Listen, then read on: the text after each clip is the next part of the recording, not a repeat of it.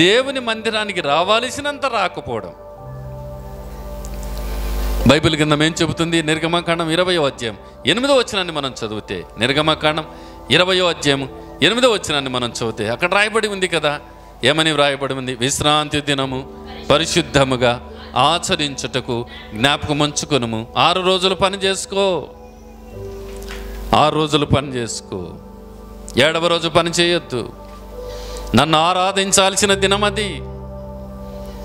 అలనాడు ఇజ్రాయేల్ జనాంగానికి శనివార దినం అయితే ఈరోజు మనకు ఆదివార దినం. ఇది పునరుత్థాన దినం. ఆదివార దినం ఆరాధన దినం, ఆదివార దినం ఘనమైన దినం, ఆదివార దినము ప్రతిష్ఠిత దినం, ఆదివార దినము పునరుత్థాన దినం, ఆదివార దినము ఏమండి, ఆదివార దినము ప్రత్యేకమైన దినం, ఆదివార దినము ఘనమైన దినం. దాదాపుగా 9-10 మాటలు ఉన్నాయి ఈ ఆదివార దినానికి. ఆదివార దినము శ్రేష్టమైన దినం అండి. ఆదివార దినము ఆరాధన దినం. ఈ దినాన్ని ఎన్నిసార్లు మనం ఎగ్గొట్టామో ఒకసారి మనం పరిశీలన చేసుకుంటే, ఎన్ని వారాలు మనం ఎగ్గొట్టాము ఈ సంవత్సరంలోనూ. ప్రభు చెబుతలేడా విశ్రాంతి దినం పరిశుద్ధంగా ఆచరించుటకు జ్ఞాపకం ఉంచుకోండి అంటే? ఈ దినం మనకు జ్ఞాపకం రావట్లేదా? ఆదివారం రాగానే దేవుని మందిరానికి వెళ్ళాలి, దేవుని సన్నిధిలో కనబడాలి, దేవుని కనబడాలి నేను అని జ్ఞాపకం రావట్లేదా? ఉదయాన్నే పొద్దు పొడిచిన వెంటనే పనికి వెళ్ళాలని మన జ్ఞాపకం వస్తుంది, డ్యూటీలకు వెళ్ళాలని జ్ఞాపకం వస్తుంది, ప్రయాణాలు చేయాలని జ్ఞాపకం వస్తుంది. కానీ ఆదివార దినం రాగానే దేవుని మందిరానికి వెళ్ళాలని ఎందుకు జ్ఞాపకం రావట్లేదు మనకు? ఎందుకు జ్ఞాపకం రావట్లేదు? ఎస్, ఈ లోటు మనం కలిగి ఉన్నాం. ఈరోజు దీన్ని పరిశీలన చేసుకొని సరి చేసుకునే దినం, పరీక్షించుకునే దినం ఈరోజు. ఎన్నిసార్లు ఎగ్గొచ్చావు ఆదివారం?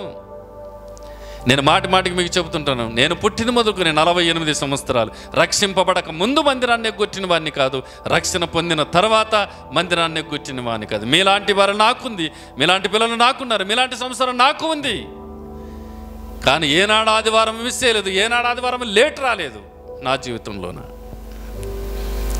ఎందుకు తెలిసిన? దేవుని ఆజ్ఞది. విశ్రాంతి దినము పరిశుద్ధంగా ఆచరించుటకు జ్ఞాపకం ఉంచుకో. నీవైనా నీ పిల్లలైనా ఎవరైనా సరే ఆ రోజు పని చేయకూడదు, పని చేయకూడదు. అందుకే 3 మాటలు చెప్తాను నేను. ఆదివార దినం పని చేయొద్దు, ఆదివార దినం అందు ప్రయాణం చేయొద్దు, ఆదివార దినం అందు పెళ్లి చేయొద్దు. అది దేవుని దినం, దేవుని దినం, దేవుని దినం అది. కనుక ఈ ఆదివార దినాన్ని ఎన్నిసార్లు మనం ఎగ్గొట్టుకున్నాము. ఈరోజు పరీక్ష చేసుకొని ఈ ముందు సంవత్సరంలో ఇంకోసారి తప్పించకుండా జాగ్రత్త పడు. రేపొద్దున దేవుని దగ్గర నిలబడితే, నీకు 6 రోజులు పని చేసుకోవడానికి టైం ఇచ్చాను కదా, 7వ రోజు కూడా ఎందుకు దొంగిలించామని అడిగితే ఏం సమాధానం ఉంది మన దగ్గర? దేవుడు ఎంత న్యాయంగా చెప్పాడండి. 6 రోజులు చేసుకో నీ పని, కానీ 7వ రోజు చేయొద్దు. చేయొద్దు అంటే మనం చేస్తున్నామంటే ఆజ్ఞ అతిక్రమిస్తున్నామని అర్థం. ఆజ్ఞ అతిక్రమమే పాపము, పాపం వల్ల వచ్చే జీతం మరణము. కనుక దీనిని ఎక్కడ తప్పిపోయాము సరి చేసుకొని నెక్స్ట్ అలా చేయకుండా జాగ్రత్త పడు. ఇక 3వ విషయానికి వస్తే, దేవునికి ఇవ్వాల్సింది కదా, దేవునికి ఇవ్వాల్సింది. ఏమండి, ఇచ్చేవాళ్ళు ధారాళంగా ఇచ్చే బిడ్డలు ఉన్నారు ఇక్కడ. వాళ్ళ కష్టపడి దానికంటే రెట్టింపు ఇచ్చే బిడ్డలు ఉన్నారు. ఏమండి, కానీ ఇవ్వని వారి గురించి చెప్తున్నాను ఈ రాత్రి.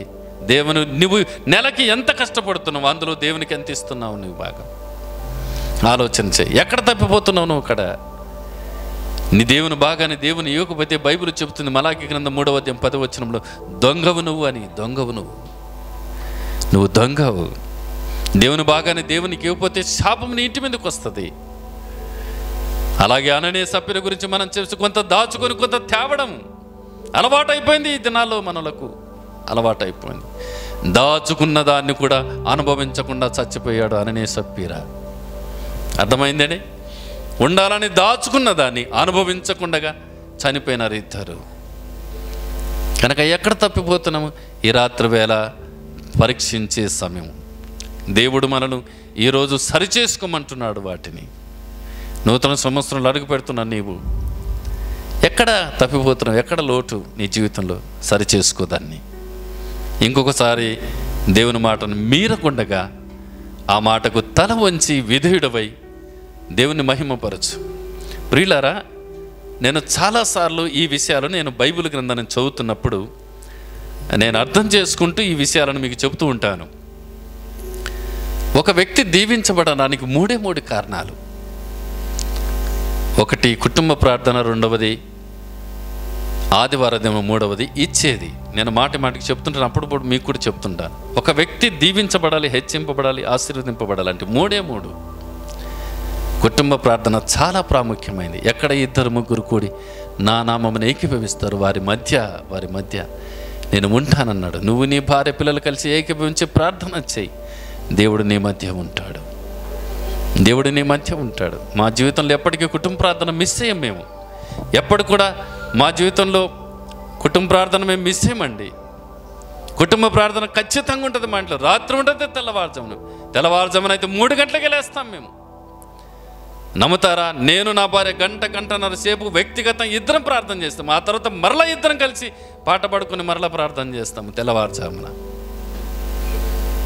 3:30 నుంచి 6 గంటల వరకు ఖచ్చితంగా ప్రభు సన్నిధిలో కూర్చుంటాం అంతే. నిజంగా మీరు నమ్ముతారా? ఈ పరిచర్య ఇలా దేవుడు ఎత్తుకోవడానికి, ఇలా వాడుకునే కారణం ఏంటంటే ఆ ప్రార్థనే. అంత మాత్రమే కాకుండా ఆ తెల్లవారుజామున ప్రేయర్లో ఉన్నప్పుడు దేవుడు నాకు ఏమిస్తాడో దానిని ఫాలో అవటం నా జీవితంలో నేను నేర్చుకున్న ఒక అనుభవం నాది.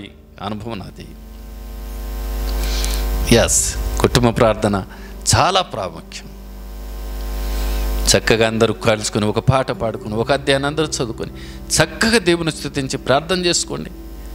ఎంత బాగుంటుందో కుటుంబం.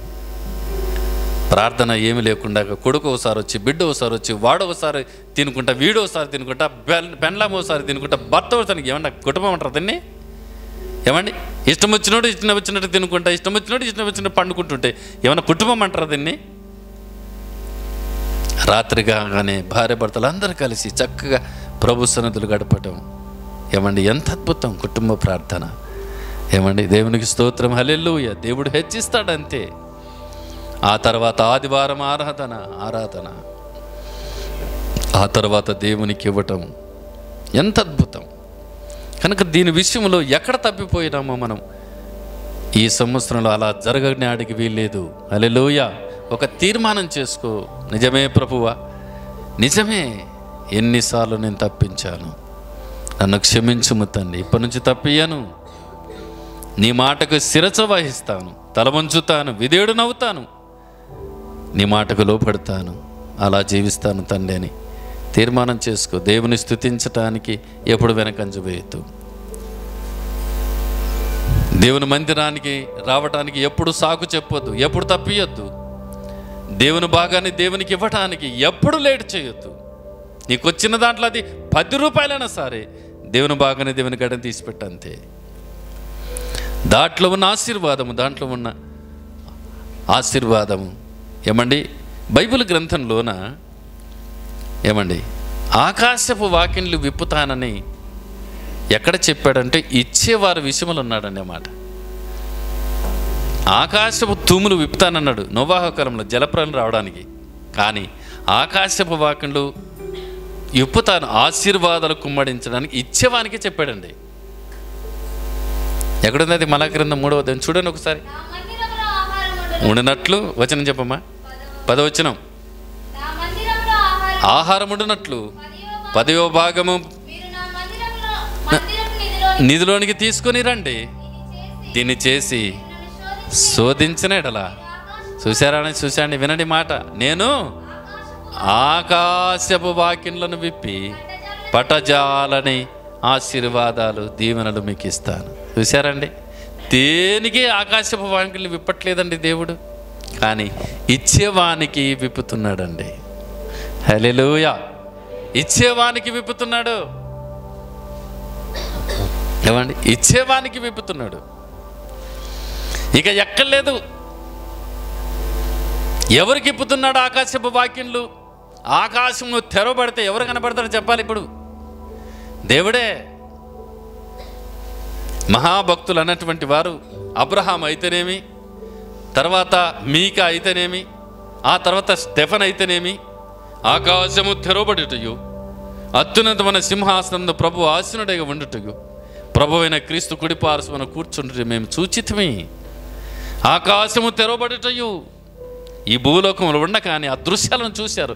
ఆకాశము వాకిళ్ళు తెరవబడ్డాయి అంటే ఎవరున్నట్లుగా ఎవరు కనపడినట్టు మనకు? దేవుడే. దేవుడే దేవుడే దేవునికి స్తోత్రం, హల్లెలూయా. కనుక సరి చేసుకోలే మరి ఈరోజు నిజ దేవుడు పరీక్షించు మంచి సమయం కదా. ఎక్కడైనా తప్పిపోతున్నావా? నేను కూడా మీలాంటి వ్యక్తినే కదా. నేను ఎప్పుడైనా తప్పించినానా? గొప్ప చెప్పడం కాదు ఇడా. మీకున్న కుటుంబం నాకుంది కదా, మీకున్న సంసారం నాకు కూడా ఉంది, మీకున్న పిల్లలు నాకు కూడా ఉన్నారు. నేను మీలాంటి మనిషిని. ఎప్పుడన్నా మందిరాన్ని తప్పించానా? పోనీ ఎప్పుడైనా లేటుగా వచ్చానా? మీ అందరికంటే లేటుగా? నాకంటే మీరే లేటుగా వచ్చేది, మీరే లేటుగా వస్తారు. ఈరోజు పరీక్ష చేసుకుందాం. దేవుడు ఒక మంచి అవకాశాన్ని నీకు ఇస్తున్నాడు. ఈ సంవత్సరం కూడా ఉండనిమ్ము. అది ఫలించినా సరే, లేని ఎడల నరికేస్తాను.